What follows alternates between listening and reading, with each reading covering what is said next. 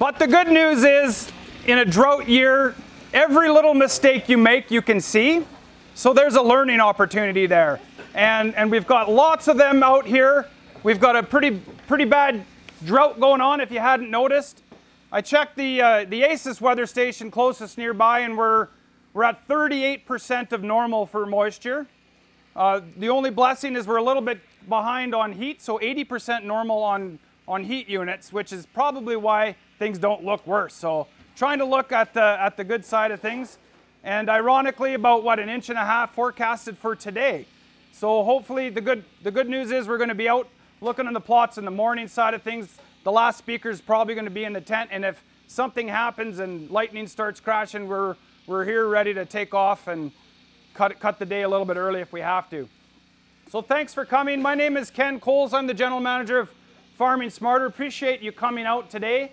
What I'm hoping for is a good learning interactive day. We're going to try to focus on the positive and the learning opportunities. So if you see things that are out of the ordinary, please make sure you ask questions. This is a great opportunity to share what you've been seeing also in your fields, and whether you're a farmer or an agronomist. And we'll try to make the best of these opportunities. I think if we can fine-tune all of our agronomy practices, and I think we were talking to Andy, you really notice these things in a drought or when it's really wet. This is a good time to kind of take note and make those little incremental changes that in the long run will make a really big difference. So I'd like to thank all of the guest speakers that are here. We've got Andy Kirschman from up north, Hilda, Rob Dunn. They're going to talk about intercrops this afternoon, or right after me in the morning. Autumn isn't here yet, is she? We've got Autumn Barnes with the Canola Council, going to talk about canola establishment. Diane Westerland's coming down from Cara to talk about drought management and pastures. Scott Mears is going to do the insect show, and Mike Harding talk about diseases in the afternoon.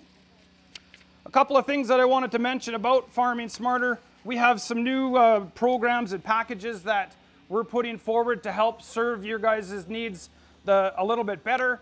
One of them is called the Smart Farmer, and the other one's the Agronomy Smart. So this is the yearly package. I think Scott was actually our first subscriber, so round of applause for Scott, yeah! Craig, I think Craig on our board said that he was going to be the first, but he's just a little slow on the payment, so we're giving credit to Scott. So thanks to Craig too. So what that is Farming Smarter. We're trying to build a better opportunity for you as far as an advantage in agriculture. So if you're coming and you're learning and you're investing in the organization and in yourselves and your businesses, then we kind of feel like you should have an advantage. And that sort of means that some of the most latest information and the more nicely packaged information will be targeted for these sort of service packages. So kind of get the leg up on the competition in a sense. So that's kind of what we're aiming for. There's also a digital package for those that maybe are too far away to join in on the live events, and we also have a live events package. So all of those are different services that we're trying to tailor to help give an advantage to you folks that invest in higher education, we'll call it. We also have started a number of new things, like we're doing podcasts, and we're calling them plot shots, where Morton will come out and we'll video things that are going on during the season. So really trying to get like latest up-to-date information out to you. Upcoming events, we've got our field school in July 11th. We also have another tour July 25th. And our open farm days is August 17th. So if you're interested in joining any of those, we'd love to see you. Any questions from anybody so far? Washrooms are over here. Don't forget your CCA and your pesticide applicator and that other one that I forget about, CPS something, CS, RESPECT, something like that. And we've got coffee and donuts. Want to give a special shout out to Kennedy and the crew from Cypress County. In all honesty, we wouldn't be out here if it wasn't for Cypress County, who originally contacted us and set us up with some land, and just had a great relationship with them. And we like being able to come out to different areas, because every area across the province is so different, and we're learning more no matter where we are. So thank you very much, County of Cypress. You'll have to clap for them again at lunchtime, because they're also the providers of lunch. And Laverne Gill. Yeah. wanted to recognize a few of the board members from Farming Smarter. So we've got Craig here, Doug Broadway is our chairman. Who else do we have? Laverne Gill. Laverne Gill gets a special shout out because this is actually his land here. He just farms down the road. He's the one guy that showed up in the quad. You know, it's not, we're not in the U.S. You see that a lot more in the U.S. Quads driving around all over the place. But so, thank you. Laverne has been super good at helping us maintain the site as well, and we use his shop and all that, and his bathroom once in a while. So thank you for that, Laverne. Yeah. So without further ado, we're going to head out to the field, and we're going to look at some pretty dry crops and see if we can learn something. So grab a drink or water and follow me. Would you? Okay, we're going to get going right here. I'm going to spend about a half an hour talking about some planter work. You may have heard we've been playing around with using the monosem planter on canola. This year we decided to go full board and basically grow every crop possible with the planter just to see how it does. If people are going to invest in planters, and I'm seeing more and more people buying them, and there's more and more interest in using planters for canola, if you're going to invest in that type of system, the next question is can I grow other crops like peas, lentils, and chickpeas, and so on. So we've now got just about every crop under the sun with the planter, and my favor towards planters continues to grow. I'm just so impressed with how good of a job they do at seed placement. And this year in particular, you really notice that the planter is excelling over our air drill. And in this case, we've been comparing it to a pillar laser opener, which is kind of a disc hole opener. But for whatever reason, you know, especially in this year, that seed to soil contact, the depth control that is so much more precise, along with the seed distribution advantage, is really showing quite well. Now behind me, this isn't looking awesome. This is the planter on 12, and lots of times, lots of years, this is actually a pretty decent treatment, but it goes to show in stressful environments that this is when cutting back on seeding rates is not a great idea. And whatever stress you have, whether it's extra flea beetles or drought and so on, you just don't get the right establishment. So I wanted to share with you folks too, if you wanted to play along, there is an app that does a really nice job of canopy cover. So if you Googled or went to your Play Store or whatever you want to call the Apple one and search for canopy cover free, what it does is gives you percent canopy closure. And we've been doing this at the plots in Lethbridge, and you can pick out, it'll just quickly give you a number. So yeah, basically it looks at the green pixels and automatically picks it out. So what's your guess on this one here? Should I include this plant here? Yeah. So we got 0.9% canopy closure. Not ideal for this time of year. And we always talk about the June solstice, that longest day of the year. Everything that we're trying to do is harvest the sun. We really want to have 100% canopy closure by now to optimize yield. So at this seeding rate, the 20 seeds per meter squared, if you're a plants per square foot, basically divide it by 10. That would be 2 seeds per square foot that you put out there. For bushel wise, this one turns out to 0.8 pounds per acre of a seeding rate. So it's a ridiculously low seeding rate. Like a target, that's sort of like... That's the actual total number of seeds that we're putting down. Great. But now we move up just one plot. I'm going to grab my water here. Yeah, that would be nice. Thank you. So 40 seeds per meter squared. That's about 1.7 pounds per acre. And we're starting to get a better catch here. If I do the old canopy shot, I'm going to cherry pick the data here just for fun. And if any of you have downloaded this in the meantime and want to come help out, that'd be nice. It's supposed to hold there at about the chest height or something? Yeah, you want to be consistent with where you hold it, but if you want to take a quick look, it'll automatically pick out the green area. It's just a nice little tool looking for evaluations. What's the number on that one? We're up to 6%. Aren't we happy? Yeah. See that? It just kind of picks out the green leaf area and then gives you a percent cover. 6%. Yeah, 6%. So we're rocking a booster yield. This is actually the 4th year that we've done this study. And in most cases, at the planter, once we hit 40 seeds per acre, which is just a little over 1.5 pounds, I said, this is where our yield has been plateauing in the last 3 years. So you normally would have a response curve like this. With the planter, we hit a certain rate and then it just goes flat.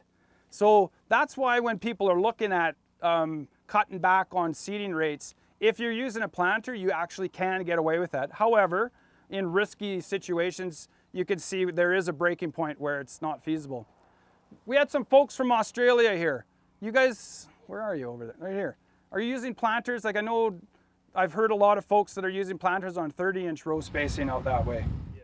Is it, and that's still, I think Andy's been doing that too? I'm over here. Andy? Yes. And you've been working out for you all right? Yeah, we didn't plant any canola this year. Not this year. Good idea. Yeah, good idea.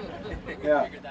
So I think in maybe like the desert areas of eastern Alberta that can make sense. In the Lethbridge location, we've been seeing a much bigger advantage of moving that row spacing to 12. And the reason being is still that canopy closure. We're not getting the proper canopy closure on either 20-inch and especially not 30-inch row spacing. I think out here 20s would be ideal. Yeah, great. So we're moving on up here to 60. That's now 2.5 pounds an acre. But we have to get up to 80 seeds, which is about 3 pounds before I think we have a decent canopy here. Yeah, this is relative, right? When I say decent.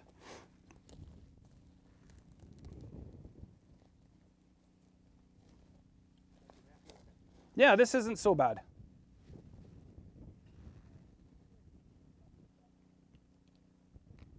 So at our Lethbridge irrigated site, we did this a couple of days ago and we're at about 90% canopy closure with this same treatment. Actually, even at the last one. Are you putting your growth stage in that program to get the right percentage? No, all it does is literally canopy closure. So it doesn't take into effect growth stage, no. So it's a leaf area index. Yeah, leaf area index. So it's counting the plants, so? No, what the program does is looks at the green pixels. Yeah. So it'll pick out green versus other colors. So if you come back in 2 weeks, this will be higher percentage. That's right. Yeah. So, and the goal is to have no bare soil showing, so that it's solar panels. We're catching all the sun that we can. That's kind of the thought there.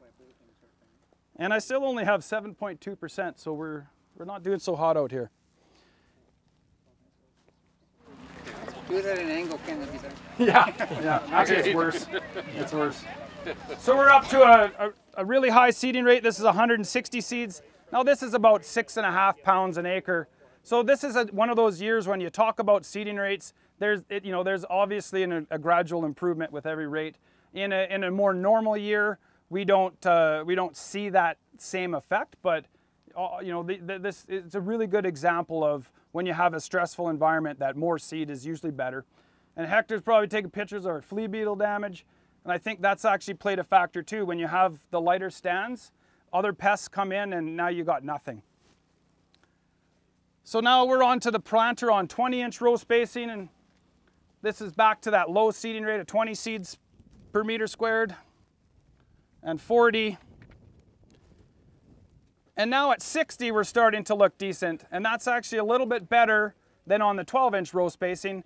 And the reason is simply at wider row spacing, you're putting more seeds down in each row. So starting to look better.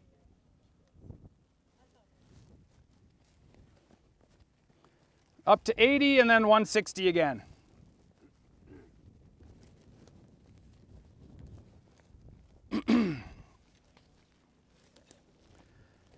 And we'll start off looking ugly again. Now we've moved to that air drill. So this is the pillar laser opener. What we're seeing in the number of years that we've done this is the seed distribution is just so much different. So you may have the same number of plants in the plot, but you'll have a couple here and then a couple there, and you don't get the nice even distribution of seeds. So 20, 40, 60, 80, and we still have nothing. So this is about that seed placement, the depth control, and being able to draw up the moisture necessary to get seeded. This was seeded a little bit later than sort of average. I think it was about the 15th of May. But even at the 160th. So in all environments, we have a complete crop failure, whereas we actually have an established crop with the planter.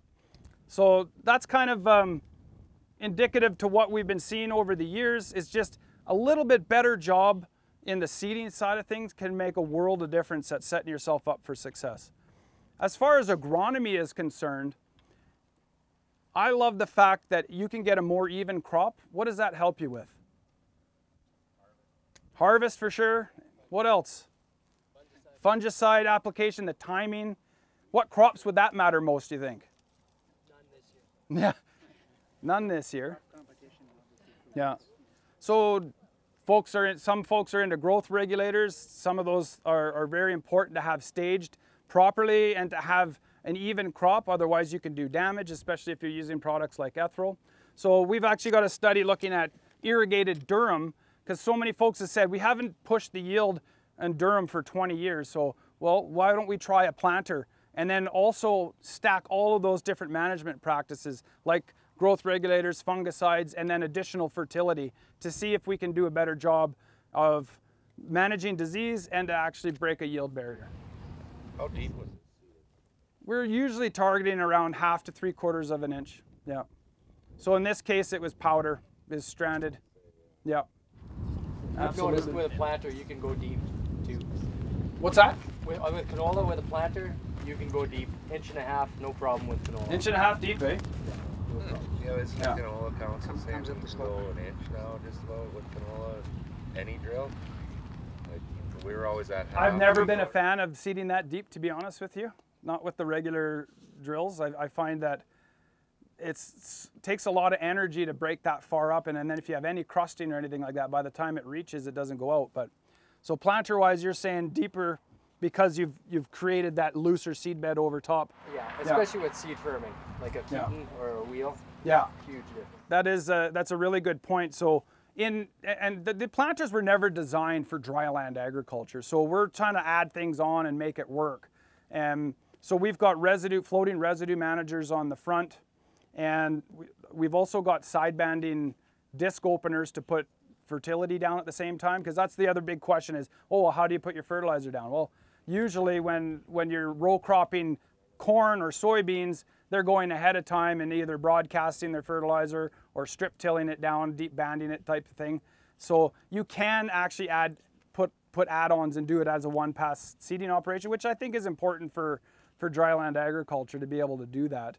So that's what we have. We have another set of discs where we sideband, and sometimes I find that little bit of tillage that the discs make actually helps the moisture come up a little bit better too.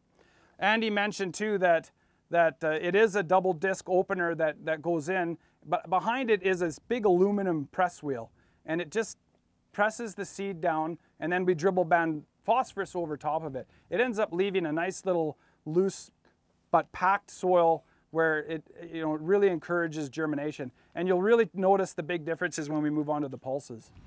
Ken, how fast did you drive seeding? Well, we're always pretty slow on plots because we're doing a bunch of crazy things and trying to trip, but our typical speed is like 4 or 5 kilometers an hour. Yeah, so probably only like 3.5 miles an hour. I hear stories of different people and different types of disc openers, like the Horsch, I believe, are claiming that they can go really, really fast, like 8 miles an hour or so. So that's something to keep in mind. I'm not ever going to recommend that type of speed, because you've got a seed sucked onto a vacuum disc, and the faster you go, the faster that disc is spinning. So then you're going to start having skips and misses, and it kind of takes away the advantage of what the planter does. Let's move on to the pulses.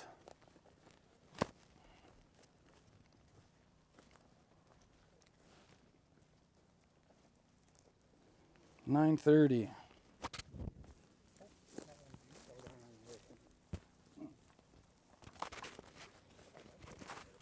What time's the next one?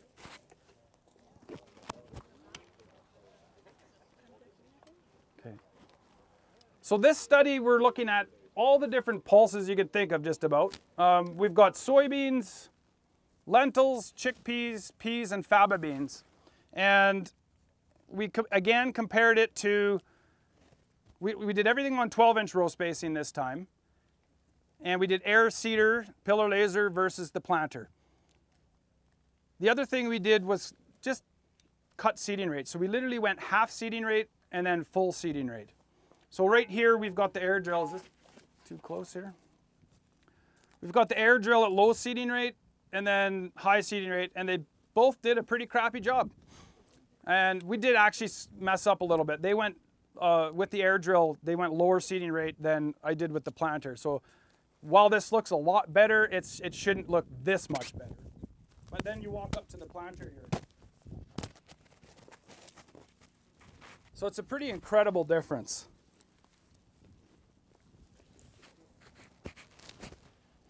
So that would be our half seeding rate and then our full seeding rate. Really nice, even. I mean, it's kind of surprising it looks this good given the conditions that we seeded into. The other one I'm really impressed with is the faba beans. So now we're moving into the peas, and we've got a couple of weird things going in the peas here. So I'd like a little help identifying what went wrong. We got the pea expert, Nevin. So air drill half rate. So the half rate here would have been 50 seeds per meter square, or 5 seeds per square foot, and then 100 over here. So with the drill, I think the deeper seeded crops tend to do a little bit better. When you're trying to fine tune those shallow seeded crops, that's where the planters tend to really shine. But the planter, I think, still looks better. So this is half of what normal seeding rate in peas in, and I think it actually looks pretty decent. And if you want to walk in beside, you can actually kind of look and see where you look at the air drill versus the planter. You've always got that perfect space between the plants. So then each seed isn't competing with itself. It has access to the same amount of resources and therefore tends to do a little bit better. The evenness of the crop, I think, is better as well. So those types of things will make a difference when it comes to agronomy. So it's some sort of strange things going in here though. You guys want to come take a closer look and give me your best guess of what's going on?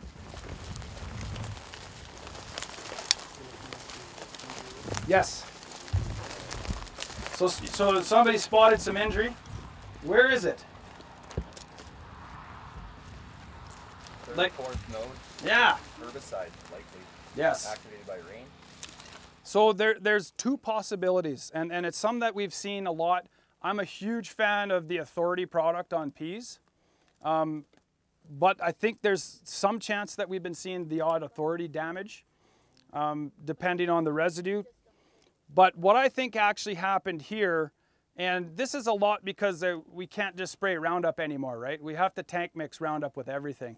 So we end up, in our case, we're using the AIM product, and we tank mix AIM and Roundup when we do our pre-seed burn down.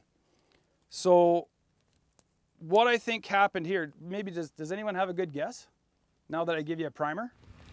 This didn't get sulfentrazone, or sorry, did you say? Yeah. My guess is the rainfall came 3 weeks, 4 weeks after it was planted, and that's when it was activated. Okay, that's a good guess. Any other guesses? Because he's wrong. This was a bit of a mystery for us. It took us a while to figure this one out. I guess it's fine. You didn't sing to them enough. Yeah, there was actually no rain ever, so there was no activation of anything. 3 to 5 mils. 5 mils has been a big rain. Yeah. You know, that's actually a lot what frost does look like. You can see those little patches in there. I won't make you squirm much longer. So what do you usually spray peas with? Viper? Viper or Odyssey. And what's the surfactant in there? Okay, so Merge in our case. Turns out Merge is an incredible detergent. So I think what happened here was we did a whole bunch of pre-seed burn downs with our sprayer with Roundup and carfentrazone. Carfentrazone has a residue that doesn't often clean out of the tanks. I think what happened was the Merge actually cleaned the carfentrazone residue out, and we got a little bit of burning on there. So it was, even in a metal tank kind of thing, or was yeah, it was a plastic tank, fully tank. Okay. Yeah. So we actually saw a fair bit of that, and lentils is the most sensitive of it all. But the peas have been growing through, and I think that's kind of why you might see behind Josh, is it? Yep. You see how the plants all of a sudden get a little bit better there? I don't think that was sprayed. So we would have had a sprayer that went perpendicular to the plots there. So. There you're seeing down there in the soybean too. Oh yeah, yeah, yeah. And that's what I say when we have these drought conditions, the tiniest little mistakes stick out. So we're not always farming smarter. We learn from our mistakes. Yeah. Yeah. It's part of being smarter. That's right.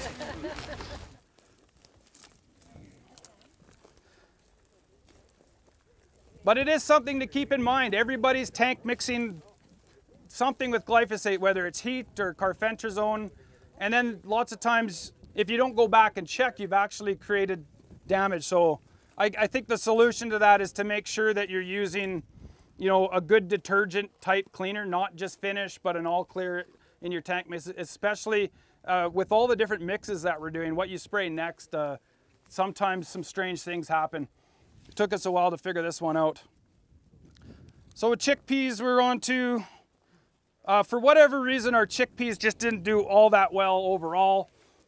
There's our half seeding rate, so that'd be 25, I think, 25 seeds or 2.5 plants.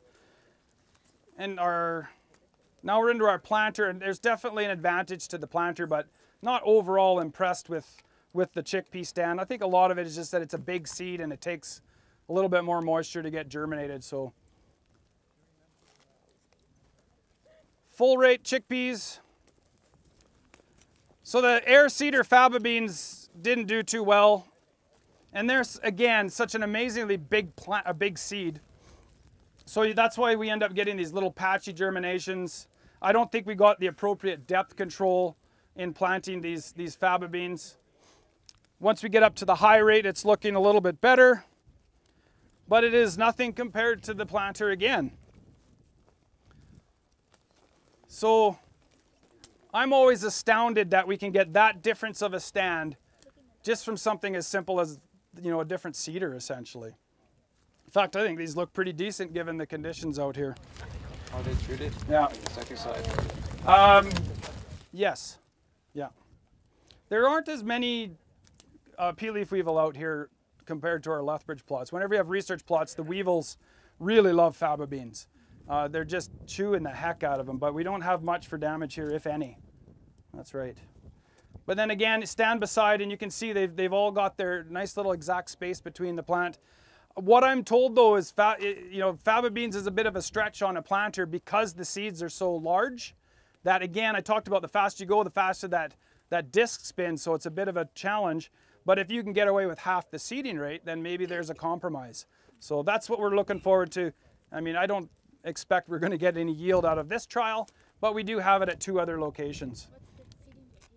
This one would have been 50 seeds per meter squared and 100. Yes? What's the planter you used to have issues with like rougher seeds like a chickpea, or you just use it on the disc seeds? I don't think so. No, because it has a steel plate and it's just a matter of fine-tuning the adjustments on the planter. So there's a few things you can play with. There's a little kind of a gate that controls how it presses the seed down. So it kind of has to knock that seed off the vacuum plate. So there's a fine-tune adjustment with that. And then there's the air, instead of air pressure, it's the suction. So you can change the suction rate. And actually the chickpeas we found were pretty easy. Have a little bit harder time with lentils though. Lentils are such a, frisbee-like shape that they like to suck onto the disc sideways. So then the other thing you do play with is the size of the hole. And then that can fine tune it, but it is doable. The wheat was a little bit tricky as well, but not terrible. We don't have any wheat plots here, but I mentioned that other wheat trial. Any other questions? There's no commercial available 12-inch spacing planters out there. No, there isn't. No, so this is there are a few people that are doing it though, so you can get them custom made however you like. There was actually a 12-inch planter delivered up to the Edmonton area. And it's just, an innovative farmer that wants to try new things. And so there are a few in existence in North America, but there's more on the 15-inch side of things. From what I understand, because John Deere did buy Monosem, that they're working on a planter that's targeting the Western Canadian grain market. So, you know, things that you need to do is pair it up with an air cart and all that sort of thing. So probably you'd be seeing a lot more 15-inch row spacing than anything. One of the question, residue managers, that's floating, and then Yes. it's either like you still have lots of straw in the row. Was it set so that it's pulling the stuff out and then the seed goes in and then it falls back in underneath? Sometimes it does do that, but it's also probably because it was the slow speeds that we travel for our plots. The faster you go, those residue managers they work a little bit more, and you can set them more aggressively. Like you can get them that they're throwing dirt, but the floating ones, we just kind of didn't adjust them at all. Yeah. What's your experience, Andy, with residue managers here? Where'd you go? Less is better. Yeah. When I'm planting and I'm in a wheel track or something, I don't want to see them spin. I like to just, I like to be pretty low disturbance and manage residue rather than dig dirt. That's my experience. Yeah. I'm not sure if I really answered your question, but that's how we kind of do it too, is really, we don't want to be pushing dirt. However, I did actually get a strip till on 20-inch row spacing and adjustable to 12. So that's another thing that I'm finding with canola and small seed establishment. Often the residue that's left behind from the previous years is the biggest challenge for us. So you either deal with that through a disc opener or some other means. And that's why we're starting to study the strip till approach. So what that does is it has a residue manager, and it actually, you put a knife down and you can band your immobile nutrients, things like phosphorus and potassium and copper and stuff like that. So the idea there is, because we've been zero tilling for so long, the immobile nutrients are starting to stratify in the top. Immobile nutrients. And we can now put that down deeper, and in the same time prepare the seed bed for the planter. So then the planter comes back and seeds into that already kind of worked area, so there isn't so much residue. Of course, whenever you talk about tillage in a drought, you kind of get slapped, but in a lot of other circumstances, it does a really nice job at preparing that seed bed for the planter, because they're not perfect, but they're not bad. Yes? Do you expect drought interaction with the seeding rate? I would. And yield? Yeah. If we get any yield, that's the thing. I don't know. What do you expect, like in a dry? I actually think the calf seeding rate will do better. There's less competition among the Yeah. plants, Yeah. I think that's sort of the principle too with the wider row spacing. Just gives it a little more resources to draw from. In a normal year, does it matter what seeding rate you use? Well, that's the thing that I've been finding so far is, in a normal year, the planters aren't responding the same way that our air seeders are. It's just it's a different dynamic. You sort of reach that point of maximum return sooner on, and then seeding rate doesn't seem to matter. You get away with less seed. Yeah. Yeah. So if you get a good rain now and some of these other seeds that are just sitting there start to grow, what are you going to do at harvest time? That's the difference. Yeah, I think it'd be too ugly. Yeah. I mean, you got to play with desiccants and things like that, but you don't want to spend a bunch of money chasing next to nothing. Yeah. I also have a question. Sure. Is like faba beans only grown in North America? No, I think they're grown in other places. Yep. For sure. Ken, is compaction an issue with the planter? Like tire tracks, that type of thing? Do you adjust those rows deeper in those areas, or do you just roll? Yeah, when it comes to preparing the planter, in all honesty, I think tuning a planter at the seeding is a little bit more work and takes a little bit more skill than the typical hoe drill air seeder type approach. So you do have to play around with the right amount of down pressure so that it's penetrating properly. Sometimes having the side banding disc opener actually helps with the compaction piece. So that's what I meant before, that is if you can use those fertilizer discs to sort of cut through a hard packed soil that gives a little more space for the planter to get in there. Same thing with the residue managers, is that you can actually almost till with them if you want. So, having the drill level, having the right down pressure, and then you can also adjust the closing wheel pressure as well. So there's quite a few adjustments. It's learnable, but it's just new, right? It's different than what we're used to.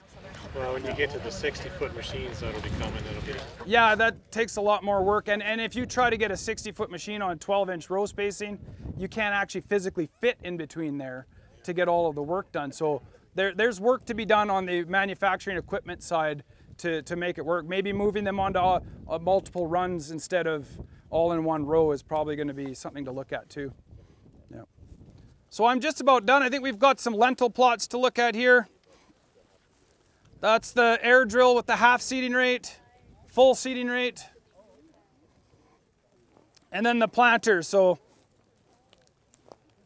they don't look wonderful because they were hurt by that herbicide injury and didn't quite recover the same level as the peas and the other crops there. What time are we? 5 to 10. Okay, so if there aren't any other questions, we're actually going to take a walk right back and move on to the next session. Any last questions? All right, thank you so much.